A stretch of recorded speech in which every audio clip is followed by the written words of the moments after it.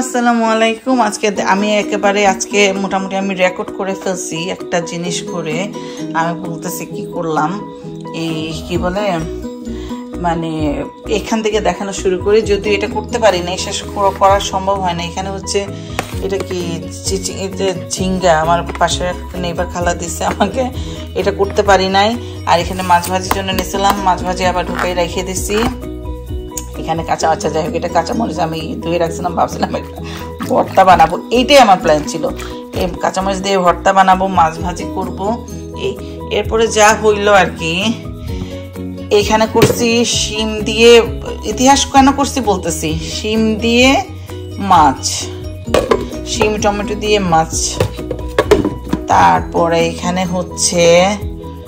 হচ্ছে লাউ দিয়ে চিংড়ি।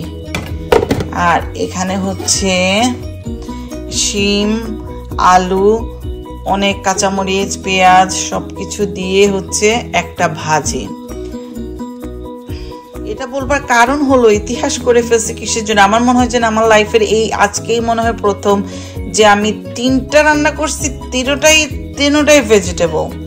লাইক এখানে হচ্ছে শিম আলুর ভাজি, তারপর এখানে হচ্ছে লাউ চিংড়ি, আর এটা হচ্ছে শিম টমেটো দিয়ে মাছ।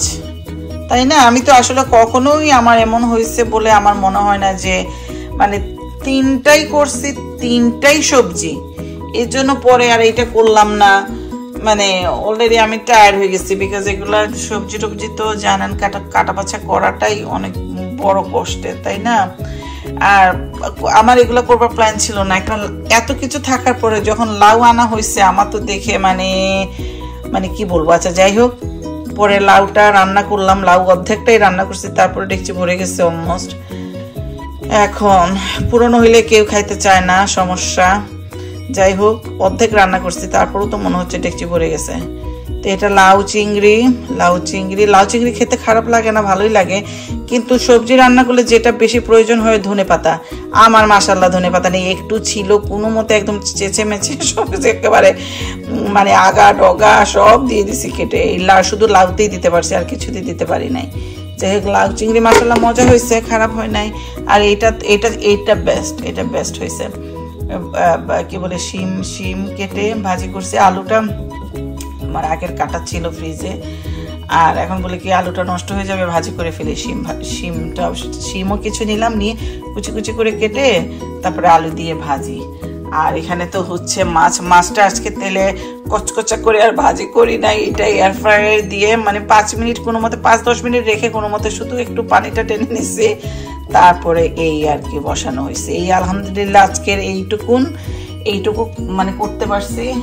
আর এগুলো তো রয়ে গেছে। এই তো আমার খুব প্ল্যান ছিল আজকে করব, কি বলে এই যে মরিচের ভর্তা করব, ধনেপাতা বেশি করে দিয়ে, কাঁচা মরিচ দিয়ে, পরে আর কিসের কি। যাই হোক, আলহামদুলিল্লাহ এইটুকুন করছি। এই তো, সবাই ভালো থাকবেন, খোদা হাফেজ। আমাকে সাবস্ক্রাইব করবেন, লাইক দিবেন, ভালো না লাগলেও লাইক দিবেন, ভালো না লাগলেও সাবস্ক্রাইব করবেন, please please please. Thank you, খোদা হাফেজ, টাটা, বাই বাই। মাঝে মধ্যে আমি ভিডিও করার পর কখনো স্টিল পিকচার নিলে যে কালারটা আমি নিজের চোখে দেখি, সেটা কিন্তু ক্যামেরার মধ্যে আসে না। আমি বুঝলাম না, আবার একটু ফিল্টার দিতে চাইলেও আবার জিনিসটা আবার অন্যরকম হয়ে যায়, মানে বেশি একদম কেমন যেন হয়ে যায়। আমি বুঝি না, মাঝে মধ্যে আসে অবশ্য, একদম যে আসে না তা না। এই যে আজকে এই ভাজিটা ছবি তুললাম, আমার কিন্তু অনেক সুন্দর হয়েছে, কিন্তু ছবিটা তুলছি কেমন যেন কালচে হয়ে গেছে, বুঝতেছি না কিসের জন্য যেন। মানে ছবি যখন তুললাম আর কি, এমনি তো বেশ মোটামুটি একটু হলুদ টলুদ হয়েছে সবকিছু। এই যখন মাঝে মধ্যে স্টিল পিকচার তুললে কেমন যেন রংটা আসে না, বুঝি না কিসের জন্য। যে যেমন এটা কত সুন্দর কালার আসছে, যখন ছবি তুললাম মানে অনেক 2-3 বারে আমার তারপর কালারটা আনতে হয়েছে, না হয় আসে না। এই তো, আচ্ছা যাই হোক, ভালো থাকবেন।